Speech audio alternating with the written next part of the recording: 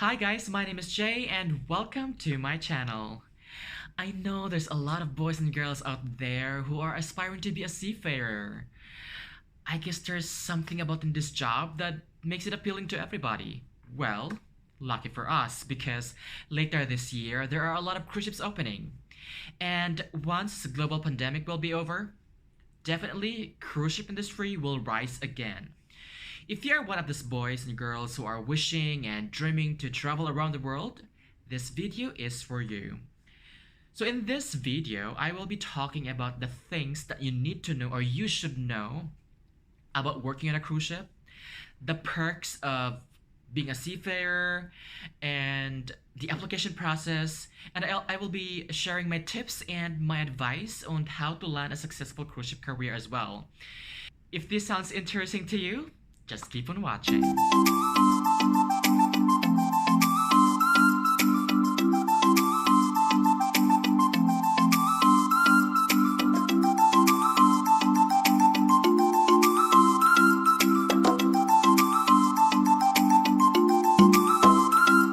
If you haven't seen the previous video that I posted, please do so, because at least you will get the idea of what are the newest cruise ship opening in this year. And if you do watch it already, yes, that is right. There are a lot of newest cruise ships opening. And what does it mean for everyone? Very simple. There's a lot of opportunities for everyone to work and to travel. You wanted to work in a cruise ship, but a question here is now, you don't know where to start, you don't know what to do, or you don't know where to go. Like, there's a lot of questions at the back of your mind. But don't worry, I will be making another video just to pacify all your questions and your hesitations about the cruise ship job. If you're gonna ask me personally, cruise ship job is one of the best jobs I ever have. I met a lot of good people. I made a lot of unforgettable experiences. And I travel the world. And being a seaman, a seawoman, or a seafarer, whatever you call it, a cruise ship job is a lucrative job, meaning there's a lot of benefits. As I mentioned earlier, working on a vessel is also a free travel. Yes, that is right. You get the chance to see a lot of beautiful cities, amazing countries, like almost every day. And cities that you can even imagine. And to give you an idea how that works, it's like, say for example, you were in Curacao. You were sleeping in Curacao, and then the next day when you wake up, you are already in Aruba or Antigua. Or let's just say you had your dinner in Spain or in Barcelona, for example, and then the next morning when you have your breakfast, you were already in France or Italy. Like every day different, and it's like, I miss that kind of life. So that's the first perk. The second one is even your friends or your family can go on a cruise as well. You can invite them for a family travel, and family travel sometimes free, but that's case to case basis. Your partners, like boyfriends or girlfriends, you can invite them as well. Another thing that you need to know about working on a cruise ship is good compensation. Salary wise, I can say it's well compensated. And in fact, if you are working in the housekeeping as a cabin steward, or a restaurant waiter, or a bar waiter, or a massage therapist, mostly these are jobs that are, with guest interactions where you can get tips. The tips that you are getting within the month is bigger than your salary. Meaning to say, you will be going home with hundreds or thousands of cash in your pocket. Please also remember that the money that you are getting, or the salary that you're getting, is no tax deductions. Yes, because you are not paying any tax when you are working on a cruise ship. The most important thing that I want you to know about working on a cruise ship, listen, because it's very important. There's no placement fee. If you are worried about not having money in your pocket because you can pay for the placement fee, then it's a great relief because you're not paying any placement fee. Compared to any land-based job that you are going to pay placement fee, let's take note again, there's no placement fee when you're applying on a cruise ship. And if there are money agencies that are asking you for a placement fee, then they are violating the law. I don't want to keep that in detail, but to make the story short, again, there's no placement fee. And that was stated in Section 1, Rule 4, Part 2 of the POAA Rules and Regulation Governing the Recruitment and Employment of Seafarers. So again, if there are agencies or money agencies asking you for money for placement, then again, they are violating the law. You can report them. And even the visa arrangements and flight tickets are also organized by the manning agency or recruitment agency. So you really don't have to worry about it. On board the cruise ship, everything is provided for the crew. Food, breakfast, lunch, dinner, there's even tea time and midnight meal. And there are a lot of food choices from appetizer, soup, salad, main course, dessert, you name it. There's a lot of food in the cruise ship for the crew. For the uniform, they will provide that one as well. You don't have to worry about the washing of your uniform because there is a laundry department that will take care of it. Facilities, you don't have to worry because there is a gym for the crew, and there are even ships that has swimming pool for the crew. And also, if you are a party goer, like you're a person who loves to hang out always in the night, there is a crew bar for the crew where you can go out or could go there every night. And for the cabin, lucky if you have a solo cabin, like you have your cabin for yourself, but otherwise you will be sharing the cabin with other crew members, like at least 2 or 3 people.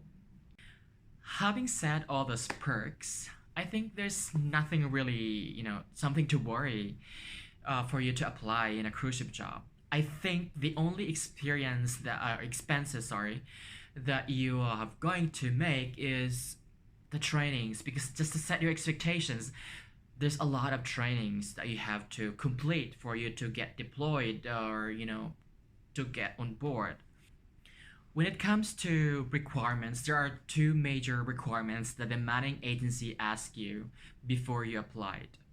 If you have the passport, which is very essential, everyone should get this one.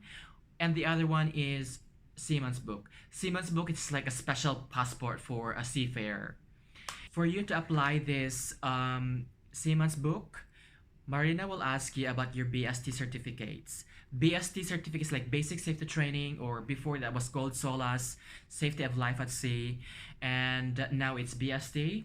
And BST is a 7 days training where you will be trained about firefighting, elementary first aid, security awareness, and personal and survival techniques. And once you submit all those BST certificates, you will apply, or you can apply for the Seaman's Book. Yeah, so those are the 2 major requirements that the agency will ask you, passport and Seaman's Book. And just to let you know that there's still a lot of trainings that will come after when you apply, because the agency will ask you, such as anti-piracy or crowd and crisis management training. They will ask you for that one as well. I just want to set your expectation that the application process is taking so long. It doesn't take you like month or 2 months. It will take you like 3, 4, 5 months. You will be lucky if that will be too early. But in my case, it's like almost 3 years before I get deployed. Yes, it took me 3 years long before I get deployed in my first contract. And my advice to you, if you are currently working or if you do have a recent job, please don't resign yet, because like I said earlier, it took a long process before you get deployed. It takes time. And you can only resign if you sign the contract, because once you have that contract, it will be stated in the contract your joining date, your departure date, and once you have that contract, that means you are safe. Now let's talk about the application process. The question here is, what is the best way to apply? Online application or walk-in application. If you do online application, you have to submit your application online. And what happened here is the recruitment staff will not going to check the CV or your application one by one. So meaning to say the chances of your application being reviewed by the recruitment staff is very low.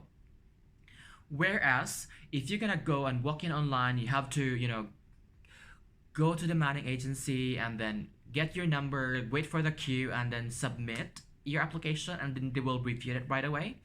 And then once to think that you are qualified, then they will give you this form to fill out. So my recommendation is print out your resume, go to the manning agency, and submit your application. Recruitment process. There's, I think, three stages in the recruitment process. The first one is the agency or the recruitment staff are going to screen the CV or the applications. And then once you will qualify, they will conduct an initial interview. Initial interview based about your experience, if you're qualified, about the position that you applied for. And once you pass the initial interview, you will have again another principal interview. So principal interview is like representative from the principal office. They will go to the Philippines and conduct all the candidates or aspiring seafarers who are ready to go on board. Yeah, so if you pass the final interview and then there's no other pending requirements that you or trainings that you have to take, then yeah, that's it. You have just to wait for the contracts that you have to sign and they will issue you flight details. My last advice to you is to pray. I really believe about the power of prayer. If it's for you, God will give it to you. If it's not for you, you can reapply it, apply to another agency. It's because it's not given to you because God has prepared something better for you. I think that's it for now, guys. If you have any questions or if there's something that you want me to discuss, just give us a comment on the comment section and I will definitely answer all our questions. And yep, I thank you all for watching and see you in my next video.